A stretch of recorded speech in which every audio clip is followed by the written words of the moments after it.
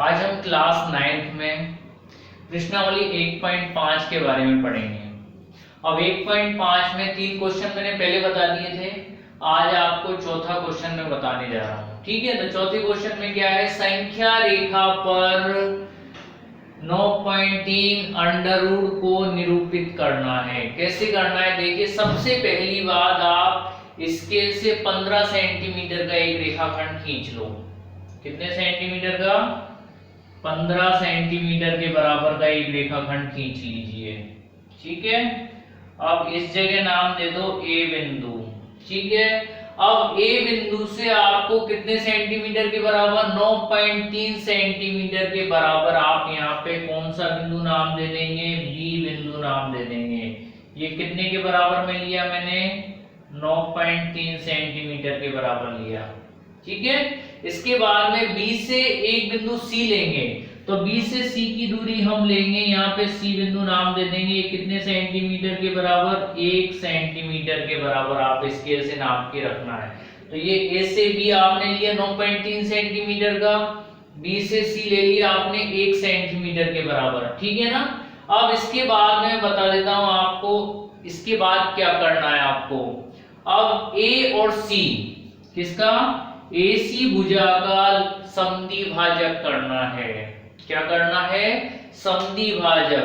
तो समद्वि भाजक कैसे करते हैं तो मैं आपको बता दूं। ए बिंदु पर प्रकार की नोक रखना और आधे से ज्यादा चाप खोल लेना। कितना खोल लेंगे? आधे से ज्यादा चाप खोल लेना। आधे से ज्यादा चाप खोल करके एक चाप ऊपर काटना और एक चाप नीचे काटना है। कहां से? ए बिंदु से। ठीक है ना। अब इसी तरह से आपको सी बिंदु पर प्रकार की नोक गड़ाना और एक चाप ऊपर कट जाएगा और एक चाप कहां कट जाएगा? नीचे। अब इस तरीके से आपको ये डॉट डॉट कर देना है। ठीक है, डॉट डॉट करके लाइन आपको मिला देनी है। तो ये आपका समद्वि भाजक हो जाएगा इसका। तो यहाँ जिस जगह पर समद्वि भाजक मिल रहा है उस जगह नाम दे देंगे हम। क्या नाम दे देंगे? ओ बिंदु नाम दे देना। क्या नाम दोगे? ओ बिंदु नाम दे देना। ठीक है, अब ओ बिंदु नाम देने के बाद में अब ओ को केंद्र मान लेना है, तो प्रकार की नोक रख देनी है हमें ओ बिंदु पर। अब प्रकार की नोक यहां रखने के बाद में ओ से ए और ओ से सी वृत्त की त्रिज्या मान लेनी है आपको। तो इस तरीके से गढ़ा लेना। अब आपको ए बिंदु से और सी बिंदु तक अर्धवृत्त बना दो। क्या बनाएंगे? अर्धवृत्त, आधा वृत्त। कैसे बनाएंगे? तो इस तरीके से आपको अर्धवृत्त बनाना है।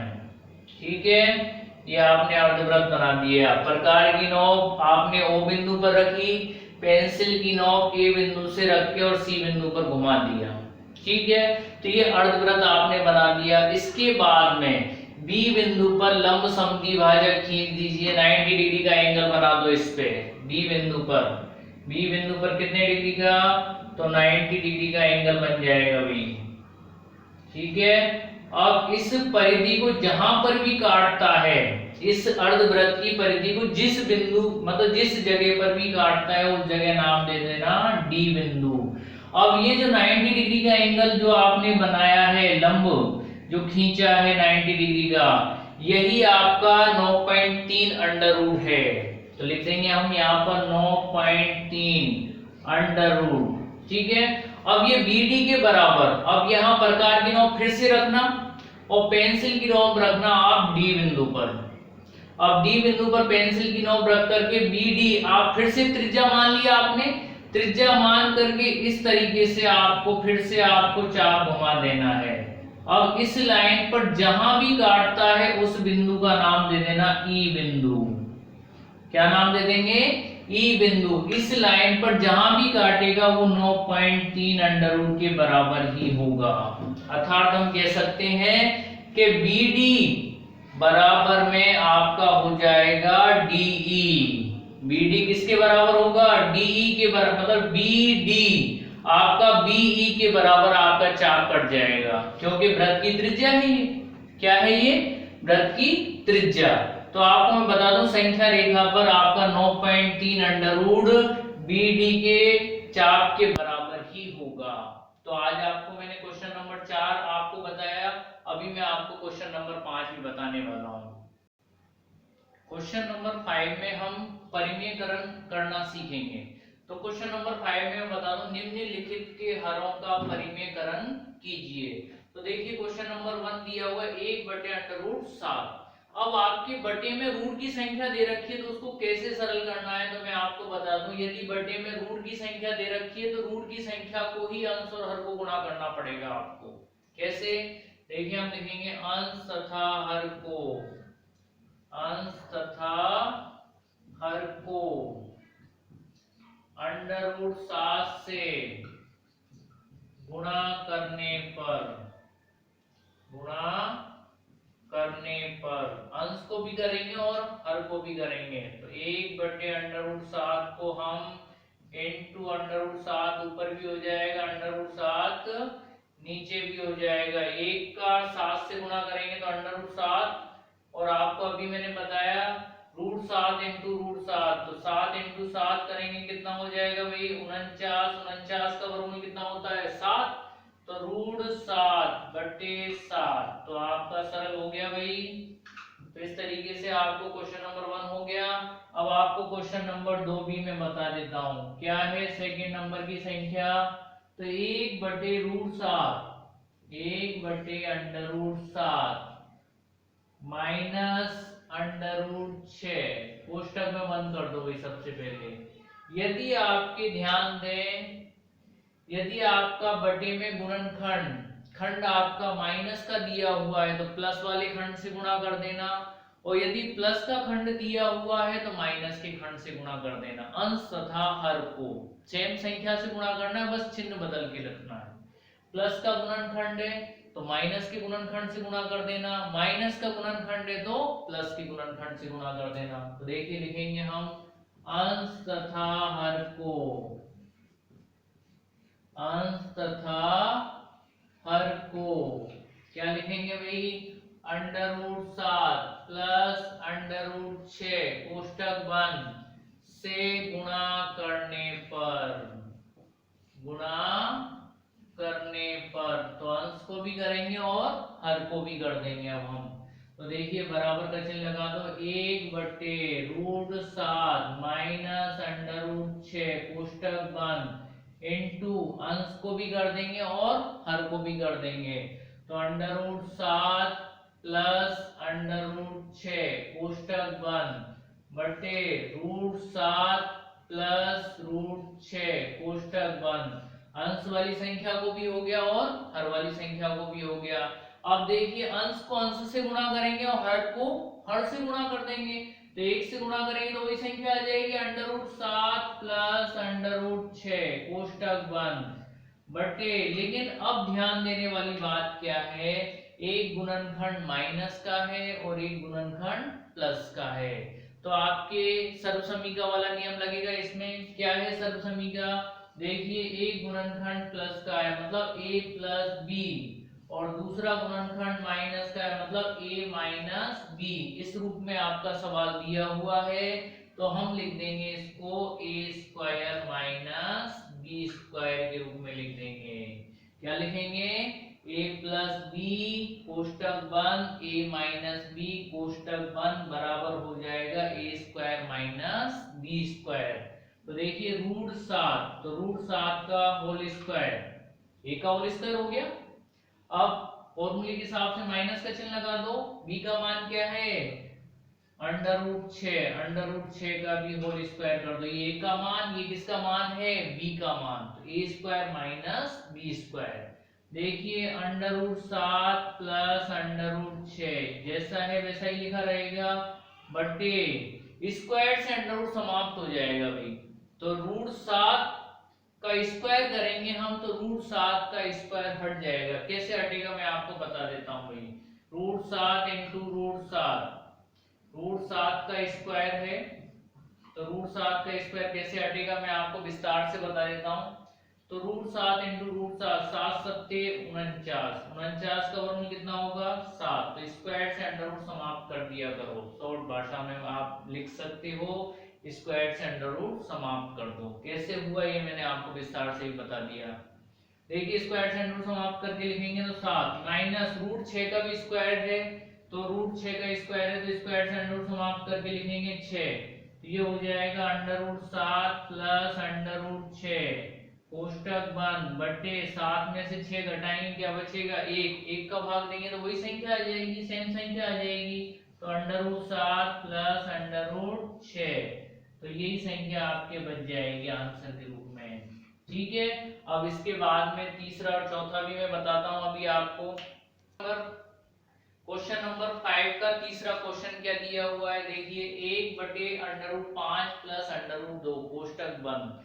तो आपको मैं बता दूं, पहले भी मैंने आपको अभी इससे पहले वाले क्वेश्चन में ही बताया कि यदि आपका गुणनखंड मतलब खंड आपका माइनस का दिया हुआ है तो प्लस वाले गुणनखंड से गुणा करेंगे, और यदि प्लस का खंड दिया हुआ है तो माइनस के खंड से अंश तथा हर को गुणा करेंगे। इसमें प्लस का है तो माइनस वाले खंड से गुणा करेंगे, तो लिखेंगे हम अंश तथा हर को, अंश तथा हर को किससे गुणा करेंगे भाई, √5 माइनस √2 से गुणा करने पर, गुणा करने पर, ठीक है।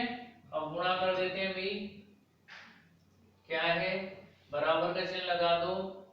अब अंश को भी करना है और हर को भी करना है, 1/√5 प्लस √2, ठीक है। अब इनटू अंश को भी करेंगे और हर को भी करेंगे, किससे गुणा करेंगे, √5 माइनस √2 बटे √5 माइनस √2। अब ध्यान दें, गुणनखंड प्लस का है तो माइनस वाले खंड से गुणा कर देना, माइनस का है तो प्लस वाले खंड से गुणा कर देना, ठीक है। तो देखिए अंश को अंश से गुणा होगा, हर को हर से गुणा करना, 1 से गुणा करेंगे तो क्या आएगा, √5 माइनस √2 कोष्टक बंद बटे, अब एक गुणनखंड प्लस का और एक गुणनखंड किसका है, माइनस का, तो ये हो जाएगा आपका वही, एक बार प्लस में a प्लस बी और एक बार माइनस में a माइनस बी, तो इसको लिख देंगे हम a square minus B square, क्या लिख देंगे, a square minus B square. तो a की वैल्यू क्या है, √5, तो √5 का होल स्क्वायर माइनस b की वैल्यू क्या है, √2, तो √2 का होल स्क्वायर कर देंगे। अब देखिए आपको मैं बता दूं क्या है, √5 माइनस √2 जैसा है वैसा ही रहेगा, लेकिन स्क्वायर से अंडर रूट समाप्त हो जाएगा। इससे पहले वाले सवाल में मैंने बताया कैसे होता है, तो देखिए स्क्वायर से अंडर रूट समाप्त करके लिखेंगे तो 5 माइनस 2 का वर्ग मतलब √2 का वर्ग कर देंगे तो वही अंडर रूट समाप्त हो जाएगा, तो क्या लिखेंगे 2, ये हो जाएगा √5 माइनस √2 बटे 5 में से 3 को 2 घटा देंगे तो क्या बचेगा 3, तो ये इसका आंसर होगा, ठीक है। तो ये आपका क्वेश्चन नंबर 3 भी हो गया इसका। अब देखिए क्वेश्चन नंबर 4 में बता देता हूं आपको क्या दिया हुआ है। क्वेश्चन नंबर 4 भी दिया हुआ है आपका 1/√7 माइनस 2 कोष्टक में बंद कर दो आप। तो देखिए अभी अभी थोड़ी देर पहले मैंने कहा था आपसे, यदि आपका खंड माइनस का दिया हुआ है तो प्लस वाले खंड से गुणा कर दो, और प्लस का दिया हुआ है तो माइनस के खंड से गुणा कर दो, ठीक है। तो माइनस का है तो प्लस वाले खंड से गुणा करेंगे, तो लिखेंगे हम अंश तथा हर को, अंश तथा हर को, √7 माइनस है तो प्लस से गुणा करेंगे, से गुणा करने पर, गुणा करने पर विपरीत चिन्ह वाली संख्या से गुणा करना है आपको। किससे गुणा करना है, विपरीत चिन्ह वाली संख्या से गुणा करना है। तो देखिए 1/√7 माइनस 2 कोष्टक बंद इनटू, अब माइनस का गुणनखंड है तो प्लस वाले गुणनखंड से गुणा करेंगे, क्या है √7 प्लस 2 कोष्टक बंद बटे √7 प्लस 2, ठीक है भाई। अब देखिए आपको मैं बता दूं, अंश को अंश की संख्या से गुणा करेंगे, हर को हर की संख्या से गुणा करेंगे। तो अंश को कैसे गुणा करेंगे, 1 से गुणा करेंगे तो √7 प्लस 2 ही आएगा, ठीक है, बटे अंश को अंश से गुणा कर दिया। इसके बाद में आपका वही नियम वापस लग जाएगा, एक गुणनखंड माइनस का और एक गुणनखंड प्लस का है, तो आप फॉर्मूला लिख दीजिए, चूंकि a प्लस बी और a माइनस बी, तो ये हो जाएगा बराबर करके लिख दो ए स्क्वायर माइनस बी स्क्वायर। तो सर्व समीकरण लिखा करें आप, ठीक है ना। तो देखिए a की वैल्यू रहेगी अपनी √7, तो √7 का होल स्क्वायर माइनस b की वैल्यू रहेगी 2 का होल स्क्वायर। देखिए √7 प्लस 2 कोष्टक बंद बटे, अब स्क्वायर से अंडर रूट समाप्त कर दो, तो स्क्वायर से अंडर रूट समाप्त करेंगे तो आ जाएगा आपका 7 माइनस, अब 2 के ऊपर अंडर रूट नहीं है तो इसका वर्ग करना पड़ेगा आपको, 2 इंटू 2 कर देंगे तो कितना आ जाएगा 4, तो बराबर हम लिखेंगे √7 प्लस 2 बटे 7 में से 4 घटा देंगे तो क्या बचेगा भाई 3 बच जाएगा। ठीक है, क्लियर, समझ में आया।